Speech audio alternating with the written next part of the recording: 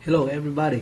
I don't intend to do this evening, but hearing about what has been said by our Vice President Sara Duterte, I, got some paper and ballpen to study a little bit, and I said, "Wow, what's going on?" And Sarah could be possibly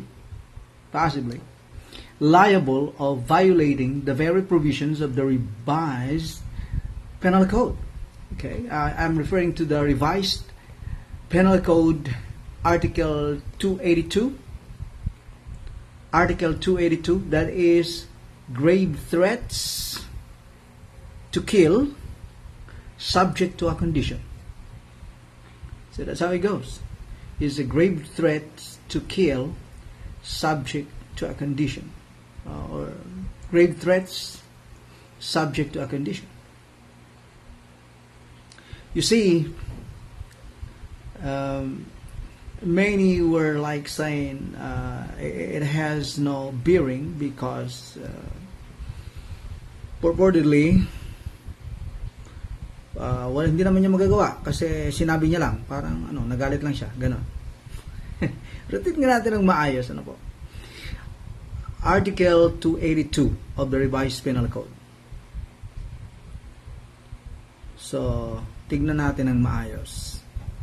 Kasi medyo may bigat din siya. Nasabi dito, may bigat din yung kaparusahan.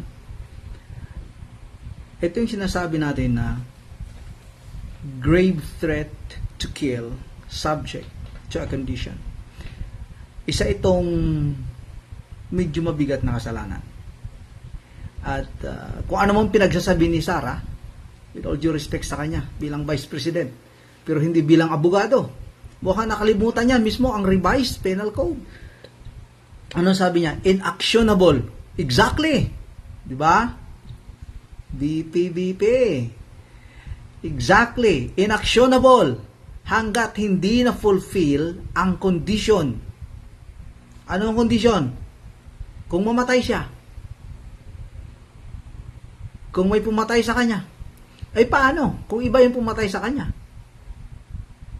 O, di ba? Well planned. So, it would not go one down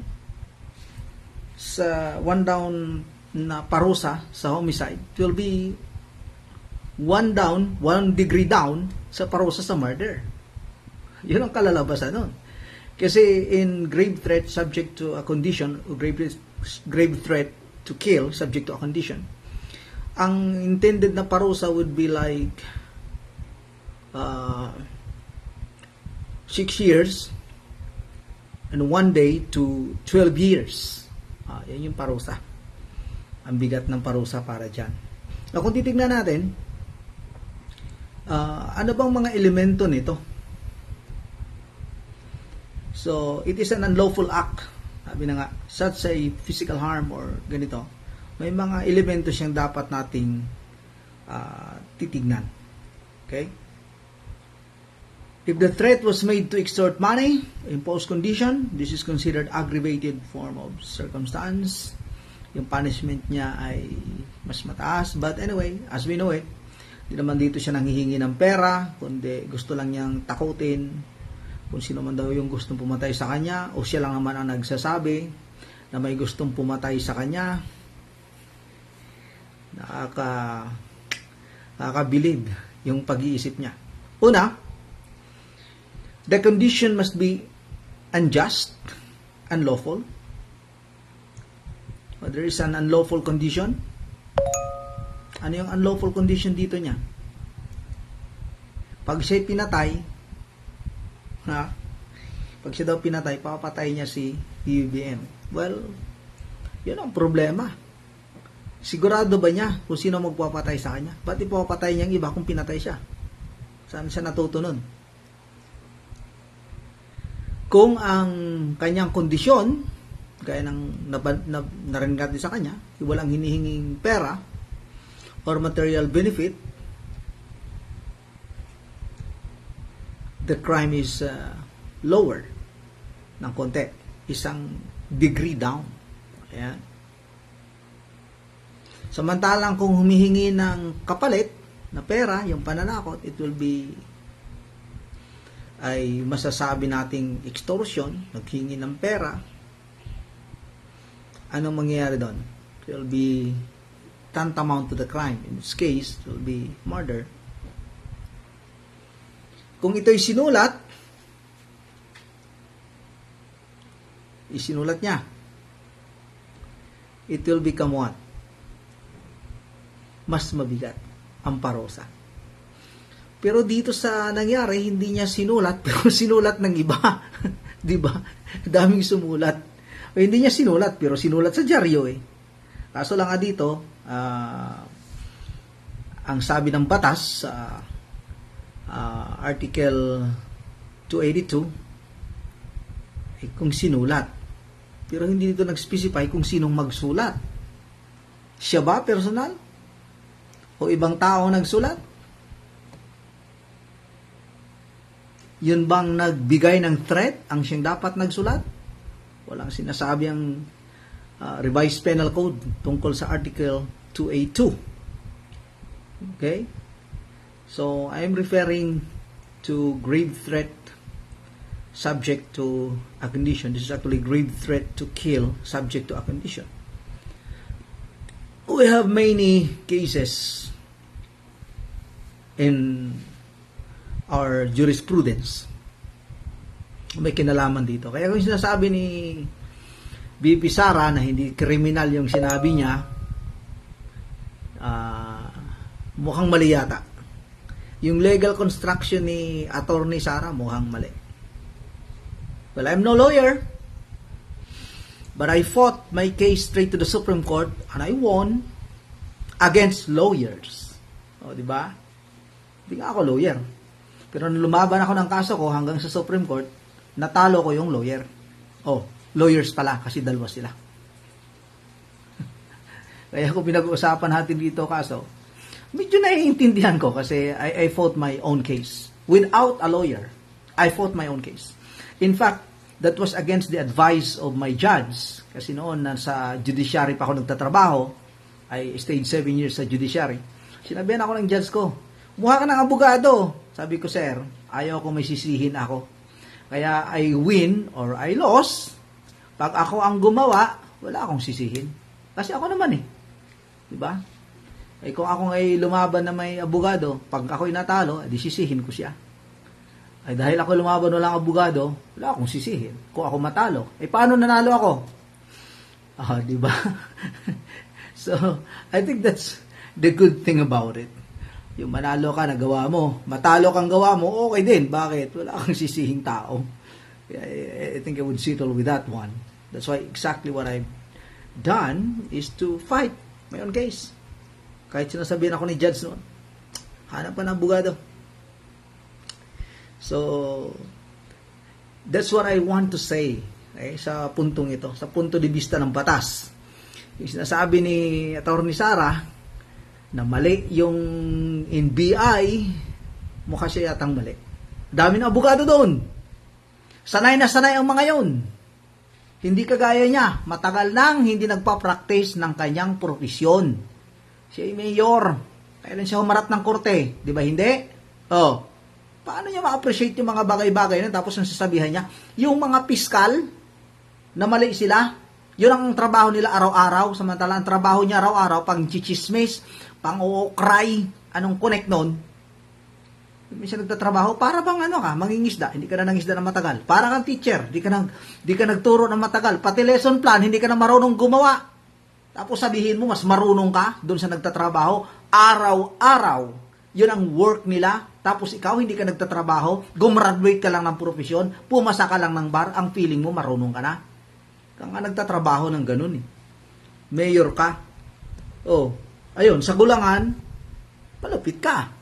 Pagdating sa appreciation ng kaso, lutang ka. Yun lang yun. Kasi I won my case against lawyers. I've been advising lawyers. Kaso ibang aspeto, hindi kriminal. Yun ang may administrative at saka civil aspect ng mga bagay-bagay. O magkaiba yun. But this time around, we're talking about criminal case. Di ba? Tapos sasabihan ni VP Sara, yung NBI, mali daw. Di daw siya gumamit ng word na assassin. Ay, siyempre Tagalog ang ginamit niya. May kinuntak na akong tagapatay. O anong tawag mo doon? Kung Englishin mo. Ang term sa legal, assassin. O, di ba?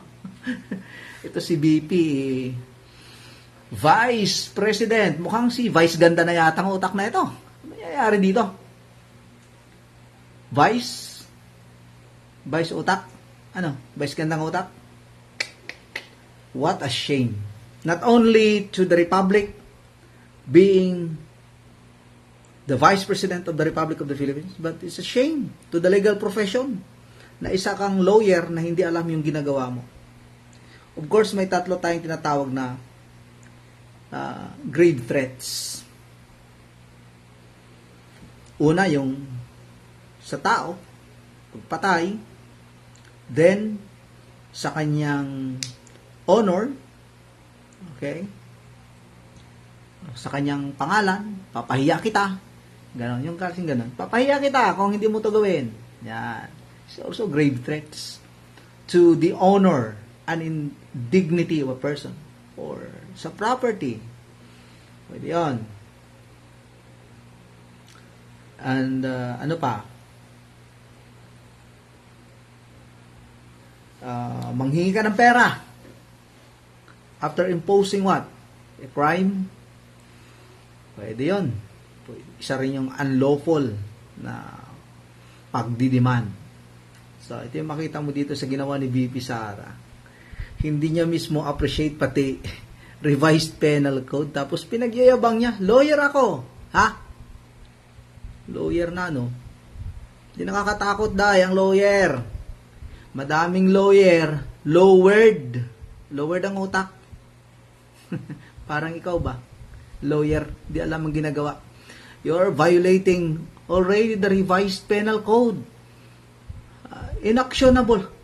Yung sabi, anong inactionable? Yun nga ang condition mo eh, kung mamatay ka. So that is subject to a condition.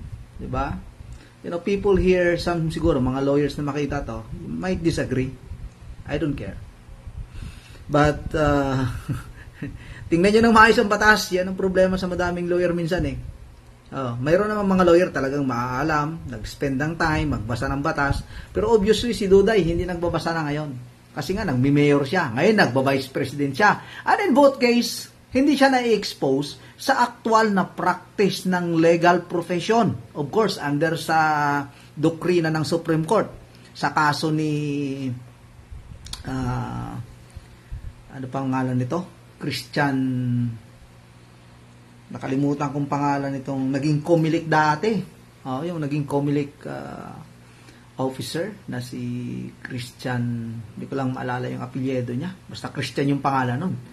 Ano naging ruling ng Supreme Court na ang practice of profession ay binibilang na. Pati yung pag-mayor, pwede na yung practice of profession. Kasi it deals with law. Local government law, di ba? So ngayon, vice president siya, so it still deals with the law. But the point is, hindi siya actual na i-engage mismo sa pag-practice ng kanyang profession as a lawyer in court. Of course, we have that practice of profession as defined by the Supreme Court, which would amount into her being a mayor as a practice of her profession, but then again, it's not in court. Puma-practice nga siya, pero not in lawyering, but in simple acting under the mandates of the local government code when she was a mayor. See? Hindi ko lang talaga maalala yung apelyido ni Attorney Christian Munsod. Yun, Attorney Christian Munsod. Kasi nga siya ay nasa insurance nun. And then he was about to be promoted or appointed as a Comelec chair. At naging contention yan, ang Munsod case. Practice ba ng profesyon ang nasa insurance ka? Practice na ba yun? And the Supreme Court decided on his favor kasi nga gusto siya ng presidente na gawing ganon. So, despite niya siya insurance lawyer, naging election chairperson, si Attorney Munsod, Christian Munsod.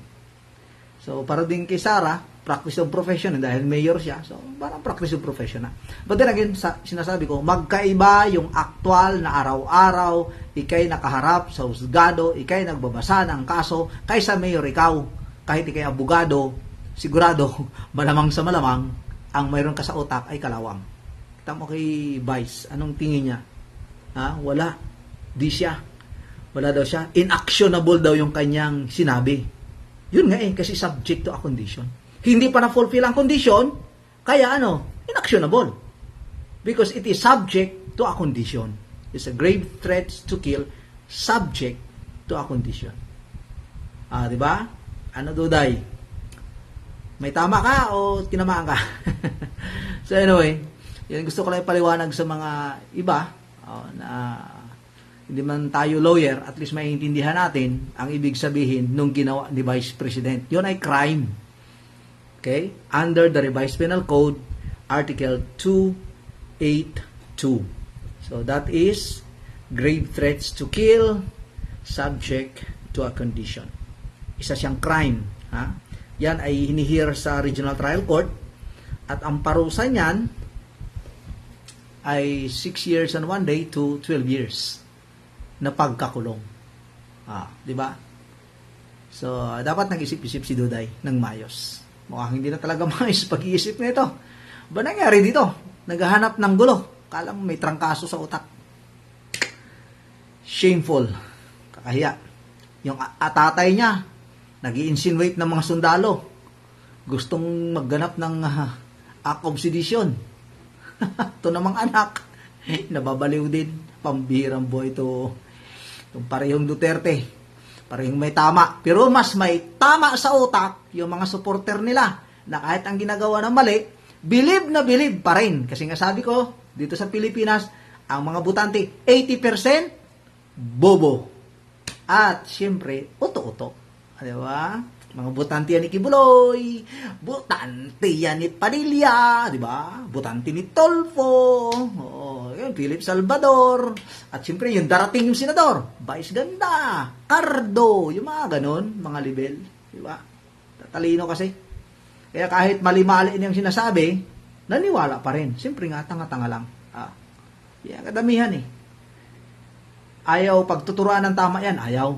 Gusto nila yung mali-mali. Magtataka ka, but many Filipinos ay ganun ang pag-iisip. Nakakahiya? Well, sila nga masaya Ba't tayo maya? Sila nga sayang-saya nila na ganun sila katanga. It's very unfortunate, but it's happening in our beloved Philippines. Salamat sa magbasa nito. By the way, subscribe kayo. We will be doing this, we'll be continuing this. Perhaps until election or even after, we'll still be doing some analysis, in-depth analysis. And of course, after that, pupunta na tayo sa main purpose talaga ng channel na to, which are things relating to land registration. So, pupunta tayo doon. Being your former examiner of the Land Registration Authority. Still have the manual with me, so I can slowly give some presentation about land registration matters. Okay? But for the meantime, politika muna tayo, affair ng government, kasi nandyan din naman to sa purpose ng ating channel. One of our purposes for what? Governmental affairs. And this is affairs of the government. It's the office of the Vice President attacking the office of the President and the House of Representatives. Can you imagine that? Ilang tao yung gusto niyang patayin? Ilang tao yung presidente, asawa ng presidente, tapos yung Speaker of the House. Nawawala talaga sa utak. Tatlong crime at the same time. So, pagkapulutan nyo ng aral, sabi na nga, we have freedom to speak because we have freedom of speech. But that freedom has been granted to us by law. And whenever a law grants something, it is always within the ambit also of its control. So, walang absolute na freedom of speech. It has limitations. Kaya malaya ka magsalita, So long as it does not amount to a crime. Kung pinapahiya mo ng tao, malaya ka magsalita, pero crime yun. Pwede kang pailan ng kaso for libel. Kasi pinapahiya mo na yung tao. Diba? Ito naman kay Duday, ano naman sinasabi? Gusto niyang pumatay kung patayin siya. Yun ang malaking problema doon. But of course, sinabi na niya, pinahanda na niya, hindi siya nagbibiro. Di ba? Seryoso siya. So, grave threats to kill. Anong kondisyon? Subject to a condition. Anong condition? Pag siya ay namatay. Yun ang condition. See? Pasok sa batas? Yes. Mayroon yan. Article 282 of the Revised Penal Code. Hindi ako lawyer? Yeah. Pero alam ko yun. I fought with lawyers. Di pa ako natalo. Okay? So, huwag ipagyabang ang pagka-lawyer kung hindi nakakaintindi ng pinagsasabi. Di ba? Okay. Thank you for listening. Kindly subscribe, like, dislike, comment, para makita natin kung ano yung magsasabi nyo. I will answer to whatever comments meron kayo. Thank you, everyone. Good night. Bye-bye.